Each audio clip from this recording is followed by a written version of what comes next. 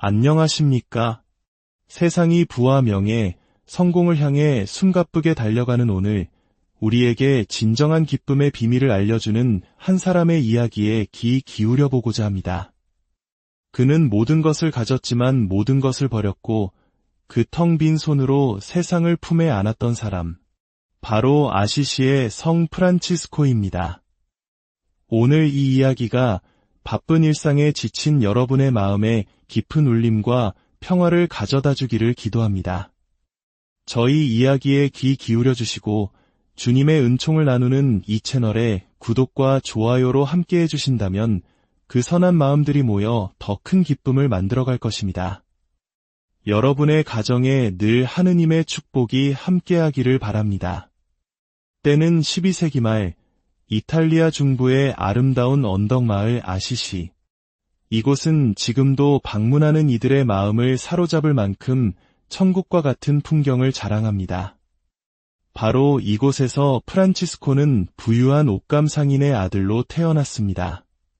부족함 없이 자란 그는 젊음과 부를 마음껏 누렸습니다. 화려한 옷을 입고 친구들과 어울려 밤새도록 파티를 열고 노래를 부르는 그야말로 마을의 인기 스타이자 파티의 왕이었습니다. 그는 아버지의 돈을 쓸 줄 아는 쾌활한 청년이었죠.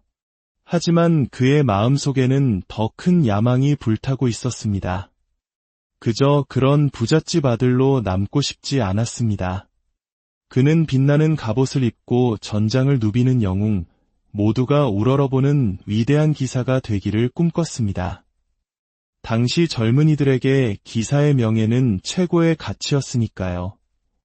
마침내 그는 값비싼 갑옷과 무기를 갖추고 전쟁터로 향했습니다. 그러나 현실은 냉혹했습니다. 영광스러운 승리 대신 스디쓴 패배를 맛보았고 적군의 포로가 되어 1년이라는 긴 시간 동안 춥고 어두운 감옥에 갇히는 신세가 되었습니다. 전쟁 포로 생활에서 풀려나 집으로 돌아왔을 때 그는 더 이상 예전의 프란치스코가 아니었습니다. 전쟁의 참상과 죽음의 공포는 그의 영혼에 깊은 상처를 남겼습니다. 오늘날 우리가 말하는 전쟁 후유증과도 같은 깊은 고뇌에 빠져들었죠. 예전처럼 파티를 즐기지도 친구들과 어울리지도 못하고 홀로 고독하게 방황했습니다. 그럼에도 기사의 꿈을 포기할 수 없었던 그는 다시 한번 십자군 원정에 참여하기로 결심합니다. 하지만 이번에는 갑작스러운 중병에 걸려 또다시 좌절하고 맙니다. 연이은 실패와 고통, 그의 인생은 송두리째 흔들렸고 그는 깊은 영혼의 위기에 직면하게 됩니다. 세상의 소음과 자신의 실패로부터 도망치듯 그는 마을 근처의 한적한 동굴로 숨어들었습니다.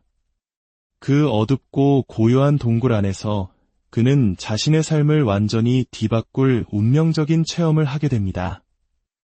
동굴에서 나온 프란치스코는 이전과는 전혀 다른 사람이 되어 있었습니다. 그는 세상을 거꾸로 보기 시작했습니다. 마치 물구나무를 서서 세상을 바라보는 것처럼 말입니다. 생각해 보십시오. 세상을 거꾸로 보면 어떤 모습일까요? 땅 위의 모든 것들, 화려한 건물, 단단한 대지, 심지어 우리 자신마저도 마치 가느다란 실에 매달려 허공에 떠 있는 것처럼 보일 겁니다. 언제라도 떨어져 산산조각 날 수 있는 위태로운 존재. 바로 이것이었습니다. 그가 깨달은 진실은 이 세상의 모든 것, 나의 생명, 나의 재능, 나의 부, 나의 명예조차도 온전히 내 것이 아니라 전능하신 하느님의 자비로운 손길, 그분의 섭리에 의해 아슬아슬하게 붙들려 있다는 사실.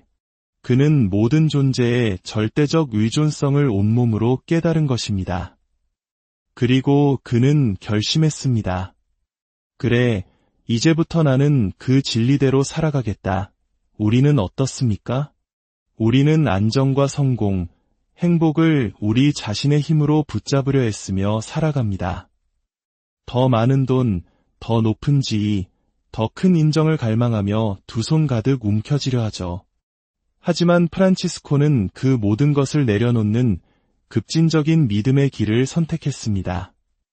모든 욕망의 성취는 오직 하느님께 달려있음을 인정하고 세상의 모든 것을 거부한 채 오직 전능하신 하느님께만 온전히 위탁하며 살기로 한 것입니다.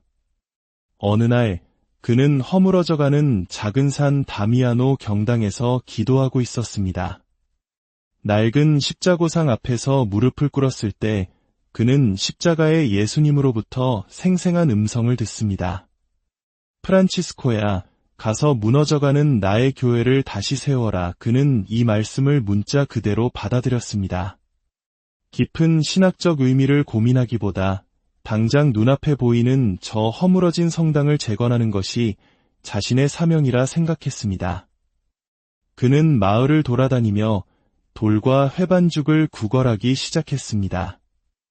어제까지 마을 최고의 멋쟁이였던 부잣집 아들이 남루한 옷을 입고 구걸하는 모습을 본 사람들은 그를 미친 사람 취급했습니다. 때로 우리는 하느님께서 우리를 어떤 한 방향으로 부르신다고 생각하고 그 길로 나아갑니다. 하지만 하느님께서는 그 과정을 통해 우리가 다음 발걸음을 내딛게 하시고 우리가 상상하지도 못했던 더 큰 계획으로 우리를 이끌어 가십니다. 프란치스코는 작은 경당을 수리하며 사실은 무너져가던 시대의 교회를 영적으로 재건하는 위대한 사명을 시작하고 있었던 것입니다. 그의 광기는 여기서 멈추지 않았습니다. 그는 아버지의 가게에 있던 값비싼 옷감들을 팔아 그 돈을 가난한 이들에게 나눠주었습니다. 분노한 아버지는 그를 창고에 가두었고 마침내는 아시시의 주교와 재판관 앞에 아들을 고발했습니다. 모두가 그가 잘못을 빌고 용서를 구할 것이라 생각했던 그 순간 프란치스코는 군중 앞에서 자신의 옷을 모두 벗어 던졌습니다. 그리고 벌거벗은 몸으로 아버지와 세상을 향해 외쳤습니다. 지금까지 저는 피에트로 베르나르도네를 아버지라 불렀습니다. 하지만 이제부터 저의 아버지는 오직 하늘에 계신 하느님 한 분뿐입니다. 그는 세상의 유산을 완전히 포기하고 하느님을 유일한 아버지로 선택한 것입니다. 그는 청빈이라는 가난을 자신의 신부로 맞이했습니다. 이후 그는 돈을 만지는 것조차 극도로 꺼려했다고 전해집니다. 물론 우리 대부분은 프란치스코처럼 극단적인 삶을 살도록 부름받지는 않았습니다. 하지만 우리 모두는 갈라티아서가 경고하는 탐욕이라는 우상숭배를 거부하도록 부름받았습니다. 왜 탐욕이 우상숭배일까요? 그것은 우리 삶에서 하느님의 자리를 대신하는 가짜 신이기 때문입니다. 돈이 나를 지켜줄 것이다. 돈이 나의 미래를 보장해줄 것이다. 돈이 나의 가치를 증명해줄 것이라고 믿는 순간 우리는 하느님 대신 돈이라는 우상을 섬기고 있는 것입니다. 하늘에서 우리를 보시는 하느님께서는 그 모든 것은 내가 해야 할 일인데 라고 말씀하고 계실지 모릅니다. 프란치스코가 살던 시대의 교회는 역설적이게도 부와 권력에 집착하고 있었습니다. 하지만 그는 교회를 비난하며 등 돌리지 않았습니다. 대신 정반대의 길, 가장 낮은 가난의 길을 걸어감으로써 교회가 나아가야 할 길을 온몸으로 보여주었습니다. 처음에 그는 공동체를 세울 생각이 전혀 없었습니다. 하지만 그의 급진적이고 순수한 삶의 방식에 감동한 수많은 젊은이들이 그를 따르기 시작했습니다. 해진 누더기 옷을 입고 맨발로 다니며 가난하고 병든 이들을 섬기는 그의 모습은 그 자체로 살아있는 복음이었습니다. 그는 말했습니다. 주님께서 제게 형제들을 보내주셨습니다. 사람들은 그를 새로 생긴 프란치스코회의 지도자로 만들고 싶어 했고 수도 규칙을 만들라고 강요했습니다. 하지만 그는 우리의 규칙은 오직 복음뿐이라며 한사코 거절했습니다. 사제가 되라는 권유도 어떠한 교회 내의 명예도 원치 않았습니다. 그는 언제나 자신을 두 번째 자리에 모든 이들 중 가장 작은 자로 남고 싶어 했습니다. 오직 모든 이를 섬기기 위해서였습니다. 그의 삶이 하느님과 얼마나 깊이 일치했는지를 보여주는 놀라운 기적이 일어났습니다. 어느 날 기도 중에 그의 손과 발, 그리고 옆구리에 예수님께서 십자가에서 받으신 5상처, 즉 5상이 나타난 것입니다. 남은 평생 동안 사람들은 그의 몸에 새겨진 그리스도의 상처를 똑똑히 볼 수 있었습니다. 이는 그가 그리스도의 고통과 사랑에 얼마나 깊이 동참했는지를 보여주는 거룩한 증표였습니다. 마침내 그의 삶이 다했을 때 그는 자신이 직접 벽돌을 날라지었던 작은 경당 포르치움쿨라의 맨바닥에 눕혀지길 원했습니다. 그리고 예수님처럼 벌거벗겨 달라고 부탁했습니다. 형제들이 그의 주위에서 그리스도의 순한 복음을 읽어주는 가운데 그는 십자가 형태로 팔을 벌리고 조용히 숨을 거두었습니다. 빈손으로 와서 빈손으로 하느님께 돌아간 것입니다. 여러분, 인생에는 2가지 길이 있습니다. 하나는 프랭크 시나트라의 노래 마이 웨이로 요약되는 길입니다. 안정, 사랑, 인정과 같은 우리의 모든 선한 욕망들을 나의 방식대로, 내 힘으로 이루려는 길입니다. 이것은 성경의 첫 장에 나오는 아담과 하와가 걸었던 길이기도 합니다. 너희도 하느님처럼 될 수 있다는 악마의 유혹에 넘어간 그들은 하느님께서 주신 하느님을 닮고 싶은 선한 욕망을 하느님 없이 자신들의 힘으로 이루려 했습니다. 이것이 바로 자립을 가장한 교만의 길입니다.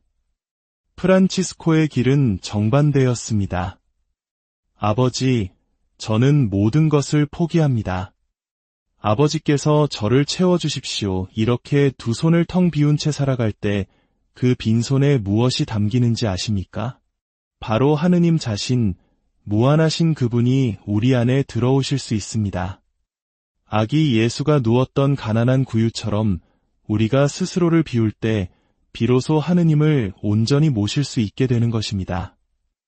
여기에 위대한 역설이 있습니다. 세상을 등진 그의 삶이 가장 기쁨 없는 삶이었을까요? 아닙니다. 바로 그 길이 가장 깊은 기쁨에 이르는 길이었습니다. 왜냐하면 모든 것을 내 힘으로 통제하려 할 때 우리는 끊임없는 불안과 염려의 노예가 되기 때문입니다. 하지만 모든 것을 내려놓고 하느님의 손길에 맡길 때 우리는 비로소 자유로워집니다. 그리고 하느님의 손으로부터 주어지는 이 세상의 모든 것, 심지어 내 것이 아닌 것들조차도 감사한 선물로 보게 됩니다. 아름다운 자연, 스쳐 지나가는 바람 한 줄기까지도 모두 하느님의 사랑의 선물이 되는 것입니다. 이러한 프란치스코의 삶은 서양 문명의 흐름에도 거대한 영향을 미쳤습니다. 영국의 사상가 G.K. 체스터턴은 이렇게 설명했습니다. 초기 기독교 시대의 사람들은 자연을 즐기는 것을 두려워했습니다. 왜냐하면 자연은 이교도들의 우상 숭배와 깊이 연결되어 있었기 때문입니다.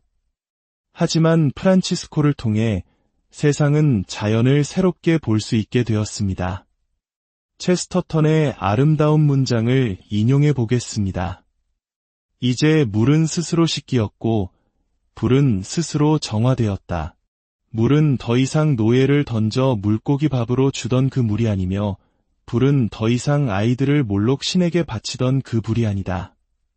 인간은 영혼에서 자연 숭배의 마지막 누더기를 벗어 던졌고 이제 순수하게 자연으로 돌아갈 수 있게 되었다. 황혼이 깃들 무렵 한 인물이 도시 위 작은 언덕에 조용히 그리고 갑자기 나타났다. 길고 엄숙했던 밤의 끝자락, 희미해지는 어둠을 등지고 선 그의 모습은 뚜렷했다. 그의 주위에서는 새들의 지저귀이 터져나왔고 그의 등 뒤에서는 새벽이 밝아오고 있었다. 정말로 인생을 즐기고 싶으십니까? 영원한 기쁨을 얻고 싶으십니까? 그렇다면 여러분의 삶을 통제해야 할 대상으로 여기는 것을 멈추십시오. 프란치스코 성인처럼 자기 의존성을 포기하십시오. 그러면 어린아이와 같은 자유 속에서 살게 될 것입니다. 그리고 세상 만물이 하느님께서 당신에게 주시는 크나큰 선물임을 깨닫게 될 것입니다.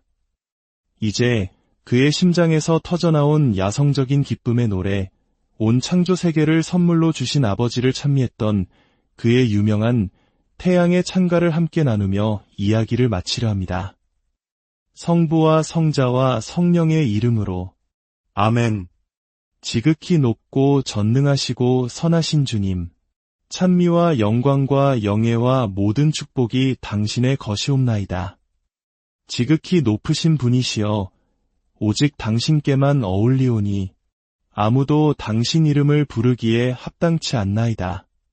나의 주님, 모든 피조물과 함께 특히 형제인 태양과 함께 찬미받으소서. 태양은 낮을 밝히고 당신은 태양을 통해 우리를 비추시나이다. 태양은 아름답고 장엄한 광채로 빛나며 지극히 높으신 분이시여 당신을 닮았나이다. 나의 주님, 자매인 달과 별들을 통해 찬미받으소서. 당신은 하늘에 밝고 귀하고 아름다운 그것들을 만드셨나이다. 나의 주님, 형제인 바람을 통해 공기와 구름과 맑은 날과 온갖 날씨를 통해 찬미받으소서. 당신은 그것들을 통해 피조물들을 기르시나이다. 나의 주님, 자매인 물을 통해 찬미받으소서. 물은 매우 유익하고 겸손하며 귀하고 정결하나이다. 나의 주님, 형제인 불을 통해 찬미받으소서. 당신은 불로써 밤을 밝히시나이다. 불은 아름답고 즐거우며 힘차고 강하나이다. 나의 주님, 자매이며 어머니인 땅을 통해 찬미받으소서. 땅은 우리를 기르고 다스리며 울긋불긋한 꽃과 풀들과 함께 온갖 열매를 맺나이다. 나의 주님, 당신 사랑 때문에 남을 용서하고 병고와 시련을 견디는 이들을 통해 찬미받으소서.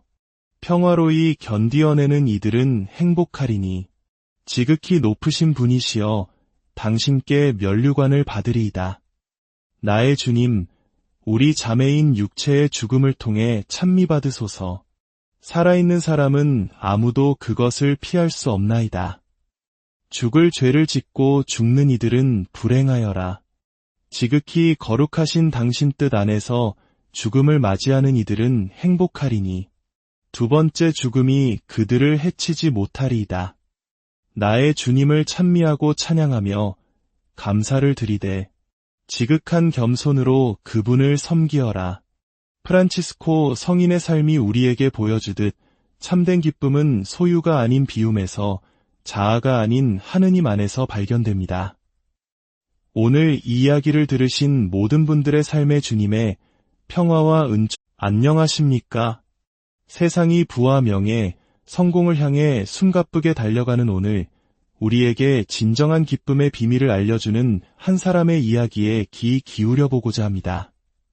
그는 모든 것을 가졌지만 모든 것을 버렸고 그 텅 빈 손으로 세상을 품에 안았던 사람, 바로 아시시의 성 프란치스코입니다.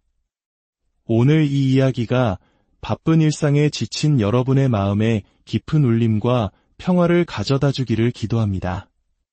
저희 이야기에 귀 기울여 주시고 주님의 은총을 나누는 이 채널에 구독과 좋아요로 함께 해주신다면 그 선한 마음들이 모여 더 큰 기쁨을 만들어갈 것입니다. 여러분의 가정에 늘 하느님의 축복이 함께하기를 바랍니다. 때는 12세기 말 이탈리아 중부의 아름다운 언덕마을 아시시. 이곳은 지금도 방문하는 이들의 마음을 사로잡을 만큼 천국과 같은 풍경을 자랑합니다. 바로 이곳에서 프란치스코는 부유한 옷감 상인의 아들로 태어났습니다. 부족함 없이 자란 그는 젊음과 부를 마음껏 누렸습니다. 화려한 옷을 입고 친구들과 어울려 밤새도록 파티를 열고 노래를 부르는 그야말로 마을의 인기 스타이자 파티의 왕이었습니다. 그는 아버지의 돈을 쓸 줄 아는 쾌활한 청년이었죠. 하지만 그의 마음속에는 더 큰 야망이 불타고 있었습니다. 그저 그런 부잣집 아들로 남고 싶지 않았습니다. 그는 빛나는 갑옷을 입고 전장을 누비는 영웅, 모두가 우러러보는 위대한 기사가 되기를 꿈꿨습니다. 당시 젊은이들에게 기사의 명예는 최고의 가치였으니까요. 마침내 그는 값비싼 갑옷과 무기를 갖추고 전쟁터로 향했습니다. 그러나 현실은 냉혹했습니다. 영광스러운 승리 대신 스디슨 패배를 맛보았고 적군의 포로가 되어 1년이라는 긴 시간 동안 춥고 어두운 감옥에 갇히는 신세가 되었습니다. 전쟁 포로 생활에서 풀려나 집으로 돌아왔을 때 그는 더 이상 예전의 프란치스코가 아니었습니다. 전쟁의 참상과 죽음의 공포는 그의 영혼에 깊은 상처를 남겼습니다. 오늘날 우리가 말하는 전쟁 후유증과도 같은 깊은 고뇌에 빠져들었죠. 예전처럼 파티를 즐기지도 친구들과 어울리지도 못하고 홀로 고독하게 방황했습니다.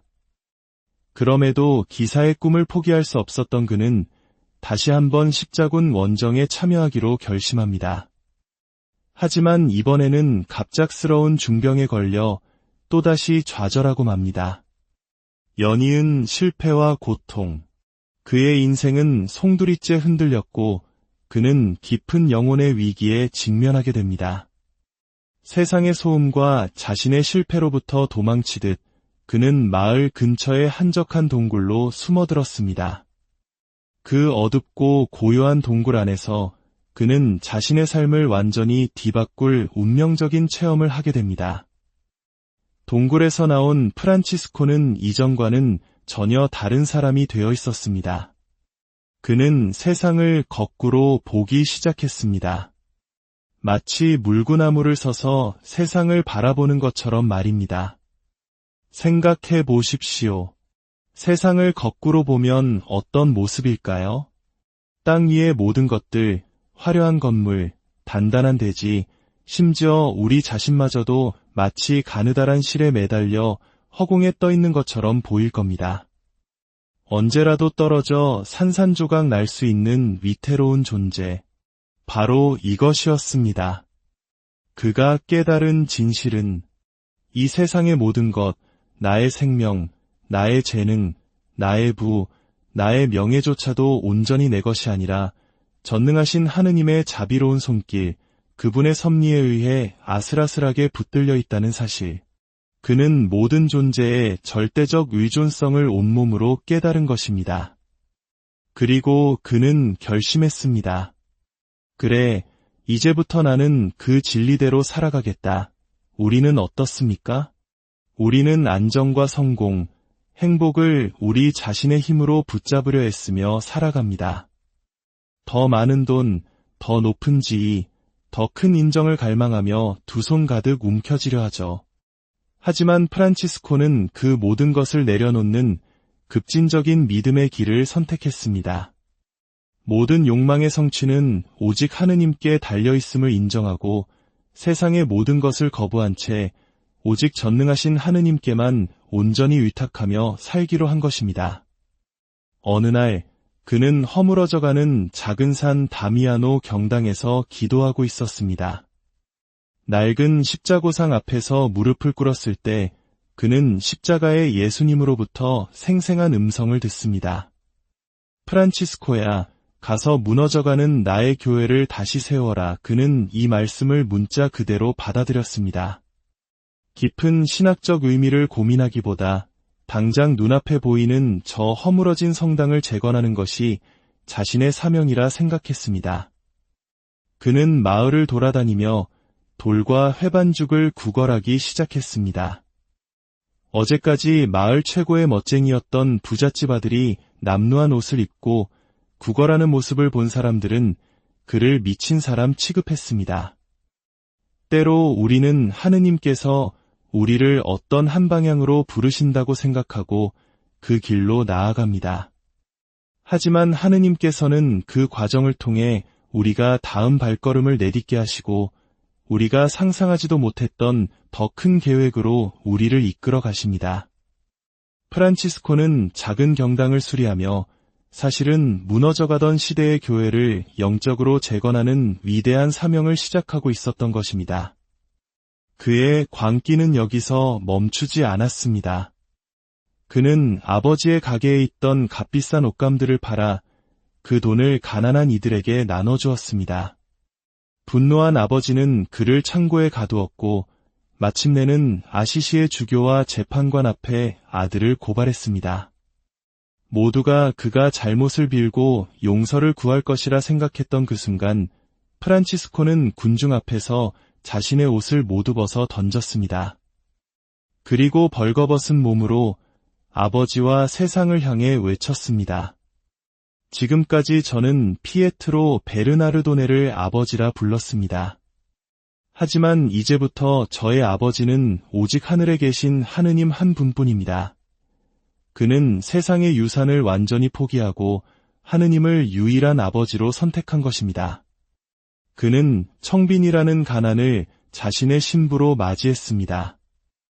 이후 그는 돈을 만지는 것조차 극도로 꺼려했다고 전해집니다. 물론 우리 대부분은 프란치스코처럼 극단적인 삶을 살도록 부름받지는 않았습니다. 하지만 우리 모두는 갈라티아서가 경고하는 탐욕이라는 우상숭배를 거부하도록 부름받았습니다. 왜 탐욕이 우상숭배일까요? 그것은 우리 삶에서 하느님의 자리를 대신하는 가짜 신이기 때문입니다. 돈이 나를 지켜줄 것이다. 돈이 나의 미래를 보장해 줄 것이다. 돈이 나의 가치를 증명해 줄 것이라고 믿는 순간 우리는 하느님 대신 돈이라는 우상을 섬기고 있는 것입니다. 하늘에서 우리를 보시는 하느님께서는 그 모든 것은 내가 해야 할 일인데 라고 말씀하고 계실지 모릅니다. 프란치스코가 살던 시대의 교회는 역설적이게도 부와 권력에 집착하고 있었습니다. 하지만 그는 교회를 비난하며 등 돌리지 않았습니다. 대신 정반대의 길, 가장 낮은 가난의 길을 걸어감으로써 교회가 나아가야 할 길을 온몸으로 보여주었습니다. 처음에 그는 공동체를 세울 생각이 전혀 없었습니다. 하지만 그의 급진적이고 순수한 삶의 방식에 감동한 수많은 젊은이들이 그를 따르기 시작했습니다. 해진 누더기 옷을 입고 맨발로 다니며 가난하고 병든 이들을 섬기는 그의 모습은 그 자체로 살아있는 복음이었습니다. 그는 말했습니다. 주님께서 제게 형제들을 보내주셨습니다. 사람들은 그를 새로 생긴 프란치스코의 지도자로 만들고 싶어 했고 수도 규칙을 만들라고 강요했습니다. 하지만 그는 우리의 규칙은 오직 복음뿐이라며 한사코 거절했습니다. 사제가 되라는 권유도 어떠한 교회 내의 명예도 원치 않았습니다. 그는 언제나 자신을 두 번째 자리에 모든 이들 중 가장 작은 자로 남고 싶어 했습니다. 오직 모든 이를 섬기기 위해서였습니다. 그의 삶이 하느님과 얼마나 깊이 일치했는지를 보여주는 놀라운 기적이 일어났습니다.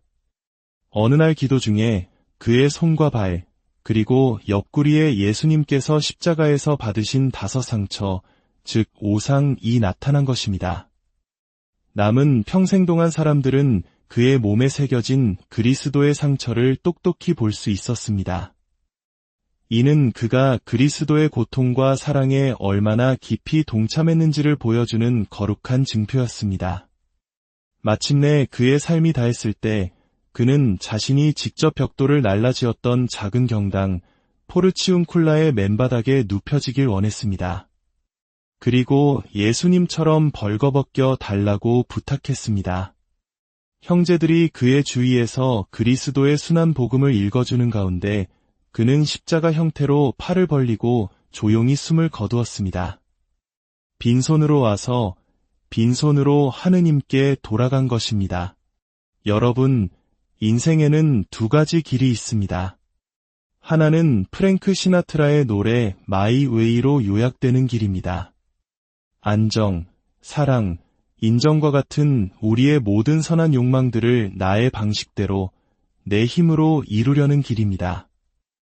이것은 성경의 첫 장에 나오는 아담과 하와가 걸었던 길이기도 합니다.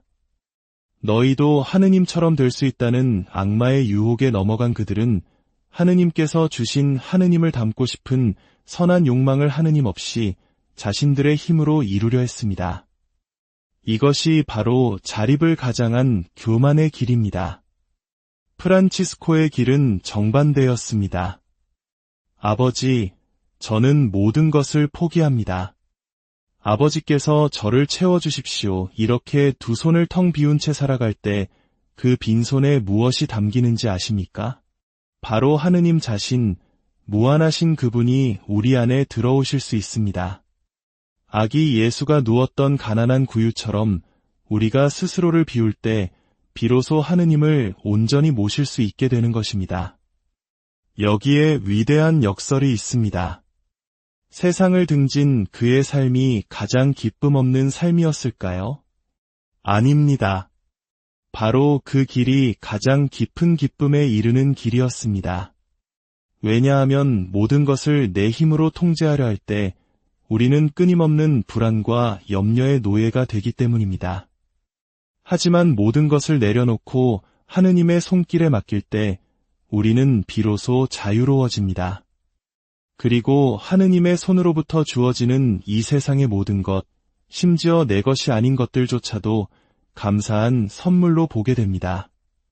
아름다운 자연, 스쳐 지나가는 바람 한 줄기까지도 모두 하느님의 사랑의 선물이 되는 것입니다. 이러한 프란치스코의 삶은 서양 문명의 흐름에도 거대한 영향을 미쳤습니다.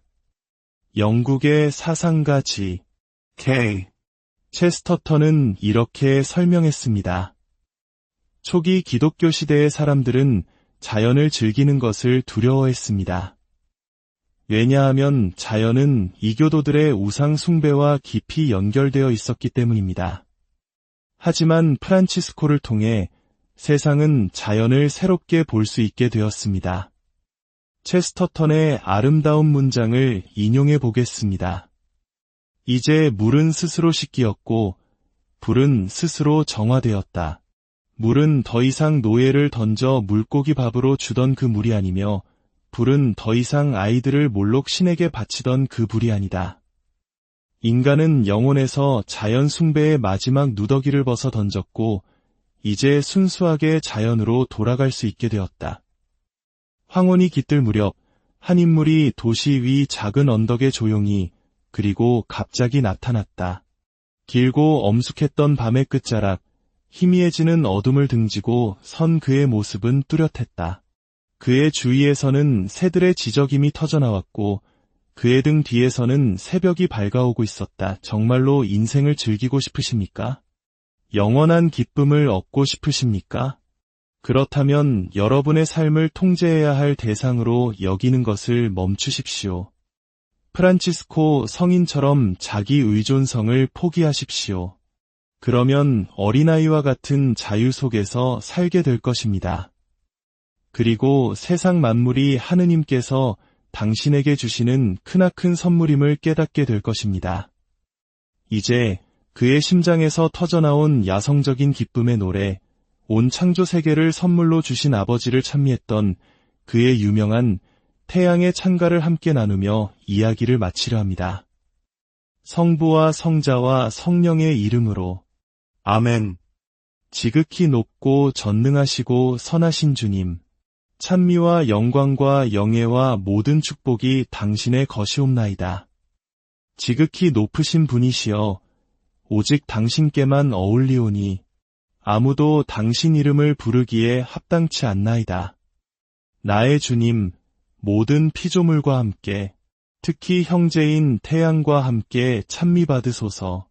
태양은 낮을 밝히고 당신은 태양을 통해 우리를 비추시나이다. 태양은 아름답고 장엄한 광채로 빛나며 지극히 높으신 분이시여 당신을 닮았나이다. 나의 주님, 자매인 달과 별들을 통해 찬미 받으소서.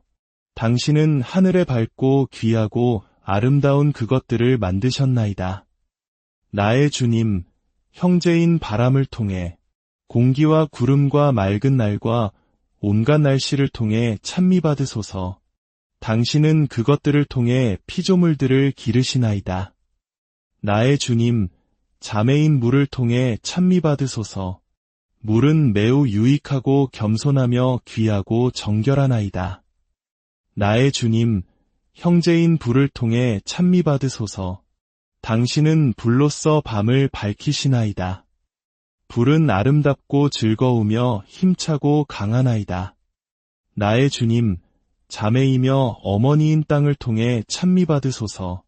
땅은 우리를 기르고 다스리며 울긋불긋한 꽃과 풀들과 함께 온갖 열매를 맺나이다.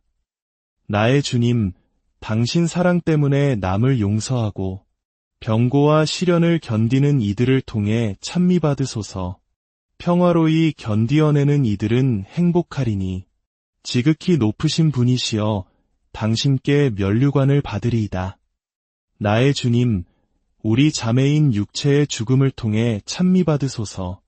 살아있는 사람은 아무도 그것을 피할 수 없나이다. 죽을 죄를 짓고 죽는 이들은 불행하여라. 지극히 거룩하신 당신 뜻 안에서 죽음을 맞이하는 이들은 행복하리니 두 번째 죽음이 그들을 해치지 못하리이다. 나의 주님을 찬미하고 찬양하며 감사를 드리되 지극한 겸손으로 그분을 섬기어라. 프란치스코 성인의 삶이 우리에게 보여주듯 참된 기쁨은 소유가 아닌 비움에서 자아가 아닌 하느님 안에서 발견됩니다. 오늘 이 이야기를 들으신 모든 분들의 삶의 주님의 평화와 은총 안녕하십니까? 세상이 부와 명예, 성공을 향해 숨가쁘게 달려가는 오늘, 우리에게 진정한 기쁨의 비밀을 알려주는 한 사람의 이야기에 귀 기울여 보고자 합니다. 그는 모든 것을 가졌지만 모든 것을 버렸고 그 텅 빈 손으로 세상을 품에 안았던 사람, 바로 아시시의 성 프란치스코입니다. 오늘 이 이야기가 바쁜 일상에 지친 여러분의 마음에 깊은 울림과 평화를 가져다 주기를 기도합니다. 저희 이야기에 귀 기울여 주시고 주님의 은총을 나누는 이 채널에 구독과 좋아요로 함께해 주신다면 그 선한 마음들이 모여 더 큰 기쁨을 만들어갈 것입니다. 여러분의 가정에 늘 하느님의 축복이 함께하기를 바랍니다. 때는 12세기 말 이탈리아 중부의 아름다운 언덕마을 아시시. 이곳은 지금도 방문하는 이들의 마음을 사로잡을 만큼 천국과 같은 풍경을 자랑합니다. 바로 이곳에서 프란치스코는 부유한 옥감 상인의 아들로 태어났습니다. 부족함 없이 자란 그는 젊음과 부를 마음껏 누렸습니다. 화려한 옷을 입고 친구들과 어울려 밤새도록 파티를 열고 노래를 부르는 그야말로 마을의 인기 스타이자 파티의 왕이었습니다. 그는 아버지의 돈을 쓸 줄 아는 쾌활한 청년이었죠. 하지만 그의 마음속에는 더 큰 야망이 불타고 있었습니다. 그저 그런 부잣집 아들로 남고 싶지 않았습니다. 그는 빛나는 갑옷을 입고 전장을 누비는 영웅, 모두가 우러러보는 위대한 기사가 되기를 꿈꿨습니다. 당시 젊은이들에게 기사의 명예는 최고의 가치였으니까요. 마침내 그는 값비싼 갑옷과 무기를 갖추고 전쟁터로 향했습니다. 그러나 현실은 냉혹했습니다. 영광스러운 승리 대신 스디슨 패배를 맛보았고 적군의 포로가 되어 1년이라는 긴 시간 동안 춥고 어두운 감옥에 갇히는 신세가 되었습니다. 전쟁 포로 생활에서 풀려나 집으로 돌아왔을 때 그는 더 이상 예전의 프란치스코가 아니었습니다. 전쟁의 참상과 죽음의 공포는 그의 영혼에 깊은 상처를 남겼습니다. 오늘날 우리가 말하는 전쟁 후유증과도 같은 깊은 고뇌에 빠져들었죠. 예전처럼 파티를 즐기지도 친구들과 어울리지도 못하고 홀로 고독하게 방황했습니다. 그럼에도 기사의 꿈을 포기할 수 없었던 그는 다시 한번 십자군 원정에 참여하기로 결심합니다. 하지만 이번에는 갑작스러운 중병에 걸려 또다시 좌절하고 맙니다. 연이은 실패와 고통, 그의 인생은 송두리째 흔들렸고 그는 깊은 영혼의 위기에 직면하게 됩니다. 세상의 소음과 자신의 실패로부터 도망치듯 그는 마을 근처의 한적한 동굴로 숨어들었습니다. 그 어둡고 고요한 동굴 안에서 그는 자신의 삶을 완전히 뒤바꿀 운명적인 체험을 하게 됩니다. 동굴에서 나온 프란치스코는 이전과는 전혀 다른 사람이 되어 있었습니다. 그는 세상을 거꾸로 보기 시작했습니다. 마치 물구나무를 서서 세상을 바라보는 것처럼 말입니다. 생각해 보십시오. 세상을 거꾸로 보면 어떤 모습일까요? 땅 위의 모든 것들, 화려한 건물, 단단한 대지, 심지어 우리 자신마저도 마치 가느다란 실에 매달려 허공에 떠 있는 것처럼 보일 겁니다. 언제라도 떨어져 산산조각 날 수 있는 위태로운 존재. 바로 이것이었습니다. 그가 깨달은 진실은 이 세상의 모든 것, 나의 생명, 나의 재능, 나의 부, 나의 명예조차도 온전히 내 것이 아니라 전능하신 하느님의 자비로운 손길, 그분의 섭리에 의해 아슬아슬하게 붙들려 있다는 사실. 그는 모든 존재의 절대적 의존성을 온몸으로 깨달은 것입니다. 그리고 그는 결심했습니다. 그래, 이제부터 나는 그 진리대로 살아가겠다. 우리는 어떻습니까? 우리는 안정과 성공, 행복을 우리 자신의 힘으로 붙잡으려 애쓰며 살아갑니다. 더 많은 돈, 더 높은 지위, 더 큰 인정을 갈망하며 두 손 가득 움켜쥐려 하죠. 하지만 프란치스코는 그 모든 것을 내려놓는 급진적인 믿음의 길을 선택했습니다.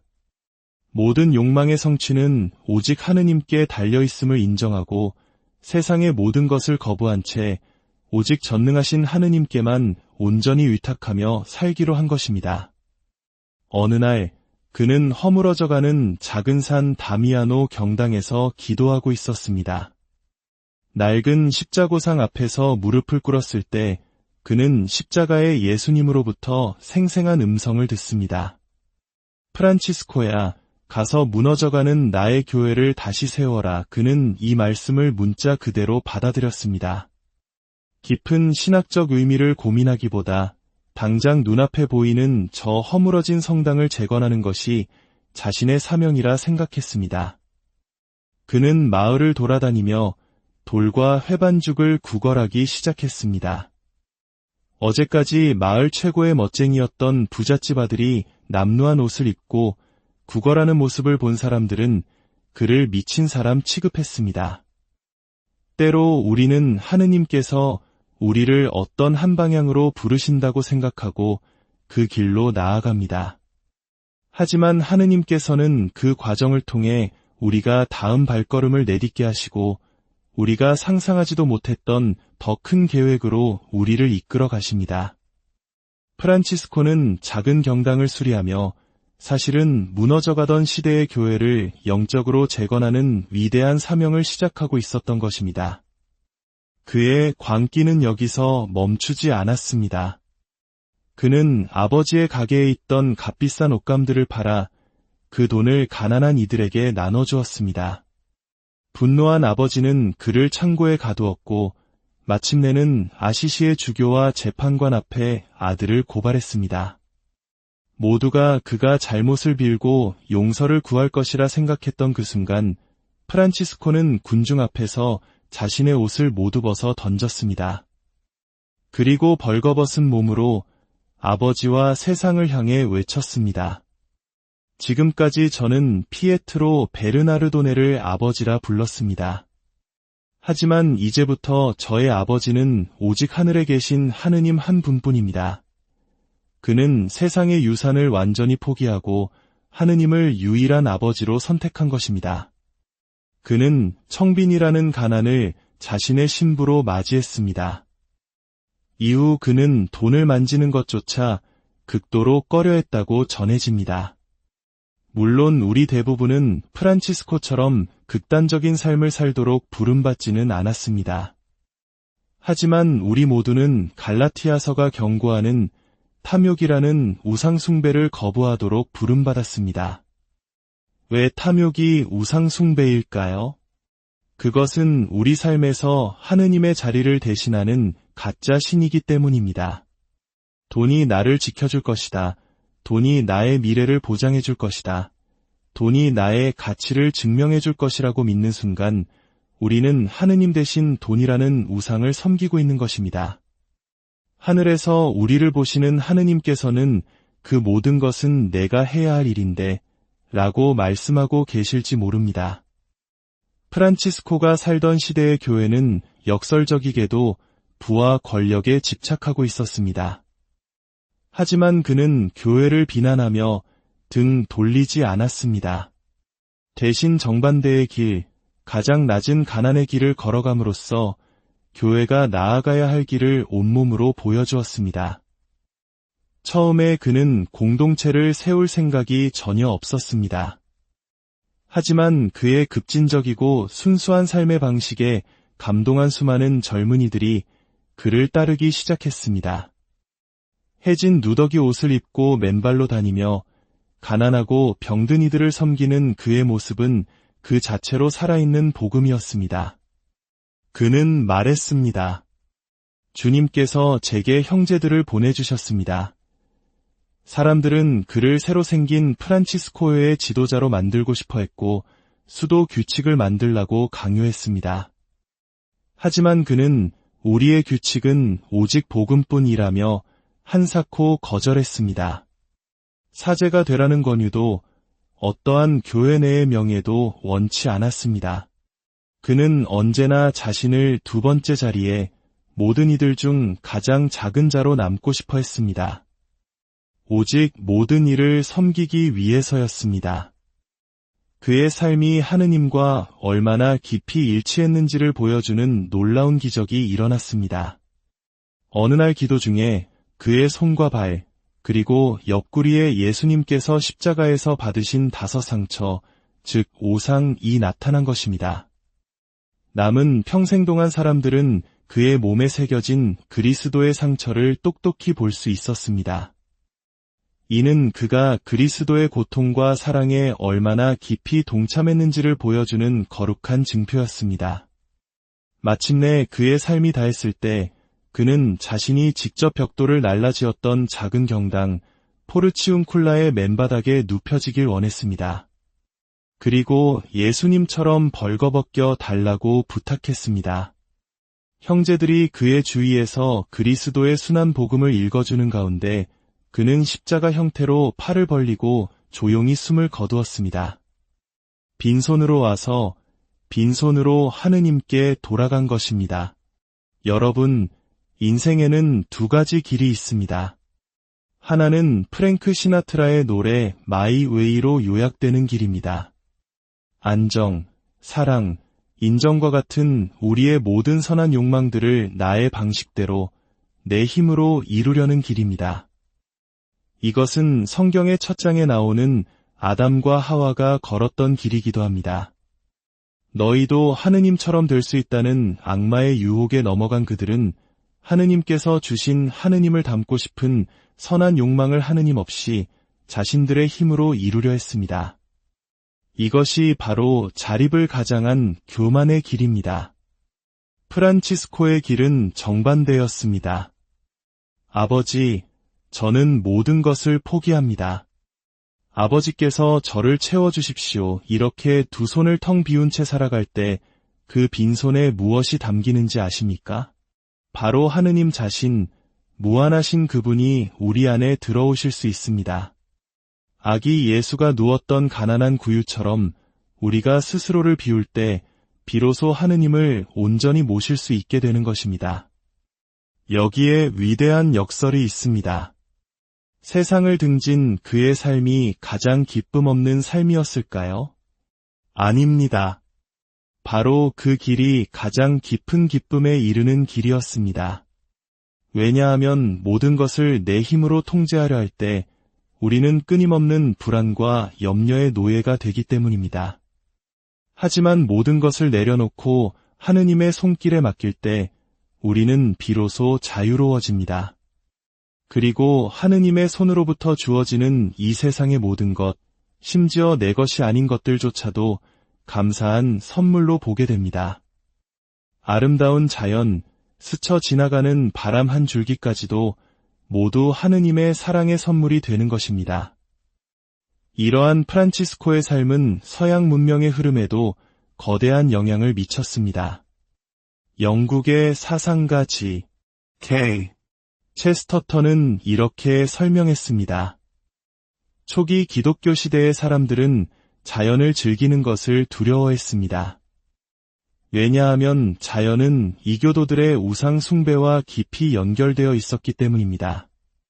하지만 프란치스코를 통해 세상은 자연을 새롭게 볼 수 있게 되었습니다. 체스터턴의 아름다운 문장을 인용해 보겠습니다. 이제 물은 스스로 씻기었고 불은 스스로 정화되었다. 물은 더 이상 노예를 던져 물고기 밥으로 주던 그 물이 아니며 불은 더 이상 아이들을 몰록 신에게 바치던 그 불이 아니다. 인간은 영혼에서 자연 숭배의 마지막 누더기를 벗어 던졌고 이제 순수하게 자연으로 돌아갈 수 있게 되었다.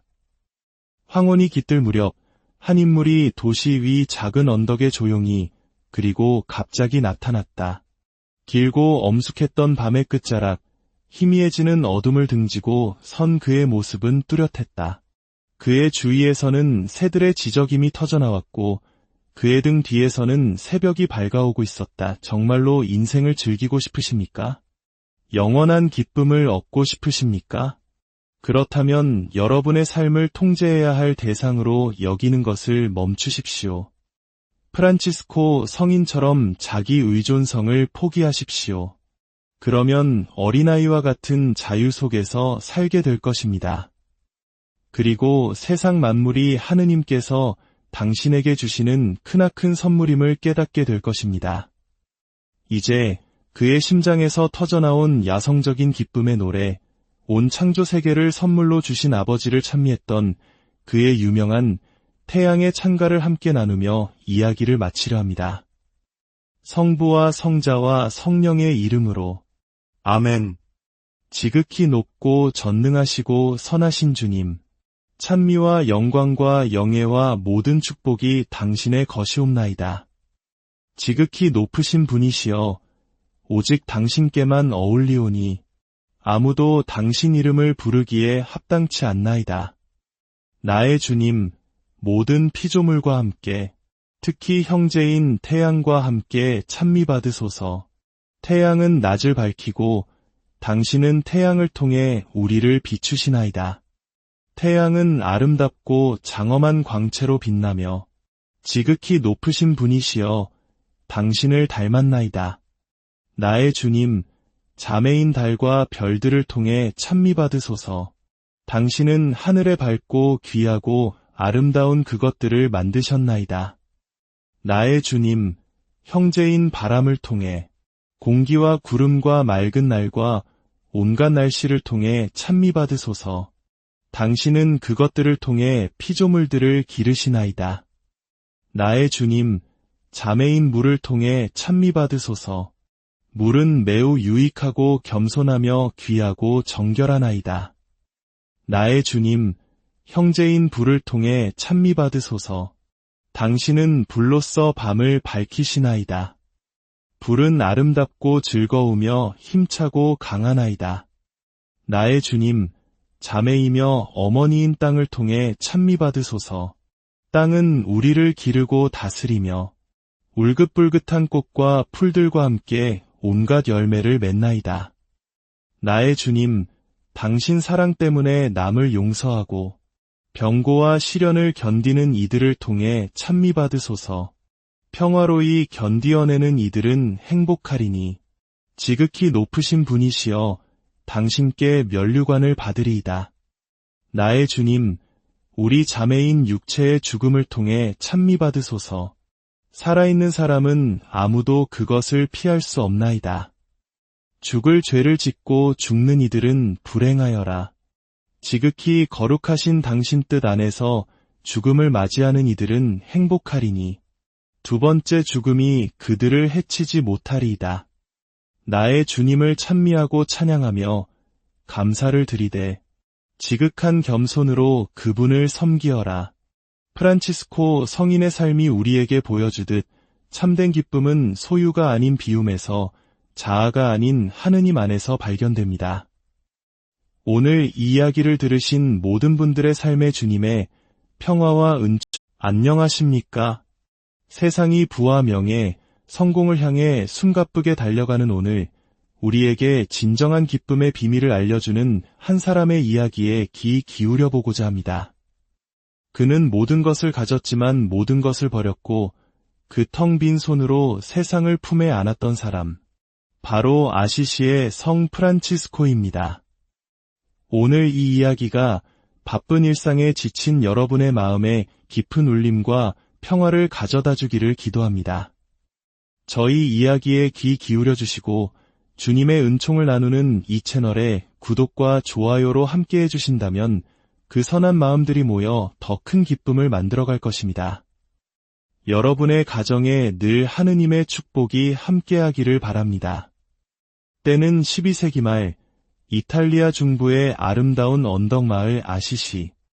이곳은 지금도 방문하는 이들의 마음을 사로잡을 만큼 천국과 같은 풍경을 자랑합니다. 바로 이곳에서 프란치스코는 부유한 옥감 상인의 아들로 태어났습니다. 부족함 없이 자란 그는 젊음과 부를 마음껏 누렸습니다. 화려한 옷을 입고 친구들과 어울려 밤새도록 파티를 열고 노래를 부르는 그야말로 마을의 인기 스타이자 파티의 왕이었습니다. 그는 아버지의 돈을 쓸 줄 아는 쾌활한 청년이었죠. 하지만 그의 마음속에는 더 큰 야망이 불타고 있었습니다. 그저 그런 부잣집 아들로 남고 싶지 않았습니다. 그는 빛나는 갑옷을 입고 전장을 누비는 영웅, 모두가 우러러보는 위대한 기사가 되기를 꿈꿨습니다. 당시 젊은이들에게 기사의 명예는 최고의 가치였으니까요. 마침내 그는 값비싼 갑옷과 무기를 갖추고 전쟁터로 향했습니다. 그러나 현실은 냉혹했습니다. 영광스러운 승리 대신 스디슨 패배를 맛보았고 적군의 포로가 되어 1년이라는 긴 시간 동안 춥고 어두운 감옥에 갇히는 신세가 되었습니다. 전쟁 포로 생활에서 풀려나 집으로 돌아왔을 때 그는 더 이상 예전의 프란치스코가 아니었습니다. 전쟁의 참상과 죽음의 공포는 그의 영혼에 깊은 상처를 남겼습니다. 오늘날 우리가 말하는 전쟁 후유증과도 같은 깊은 고뇌에 빠져들었죠. 예전처럼 파티를 즐기지도 친구들과 어울리지도 못하고 홀로 고독하게 방황했습니다. 그럼에도 기사의 꿈을 포기할 수 없었던 그는 다시 한번 십자군 원정에 참여하기로 결심합니다. 하지만 이번에는 갑작스러운 중병에 걸려 또다시 좌절하고 맙니다. 연이은 실패와 고통, 그의 인생은 송두리째 흔들렸고 그는 깊은 영혼의 위기에 직면하게 됩니다. 세상의 소음과 자신의 실패로부터 도망치듯 그는 마을 근처의 한적한 동굴로 숨어들었습니다. 그 어둡고 고요한 동굴 안에서 그는 자신의 삶을 완전히 뒤바꿀 운명적인 체험을 하게 됩니다. 동굴에서 나온 프란치스코는 이전과는 전혀 다른 사람이 되어 있었습니다. 그는 세상을 거꾸로 보기 시작했습니다. 마치 물구나무를 서서 세상을 바라보는 것처럼 말입니다. 생각해 보십시오. 세상을 거꾸로 보면 어떤 모습일까요? 땅 위의 모든 것들, 화려한 건물, 단단한 대지, 심지어 우리 자신마저도 마치 가느다란 실에 매달려 허공에 떠 있는 것처럼 보일 겁니다. 언제라도 떨어져 산산조각 날 수 있는 위태로운 존재, 바로 이것이었습니다. 그가 깨달은 진실은 이 세상의 모든 것, 나의 생명, 나의 재능, 나의 부, 나의 명예조차도 온전히 내 것이 아니라 전능하신 하느님의 자비로운 손길, 그분의 섭리에 의해 아슬아슬하게 붙들려 있다는 사실. 그는 모든 존재의 절대적 의존성을 온몸으로 깨달은 것입니다. 그리고 그는 결심했습니다. 그래, 이제부터 나는 그 진리대로 살아가겠다. 우리는 어떻습니까? 우리는 안정과 성공, 행복을 우리 자신의 힘으로 붙잡으려 했으며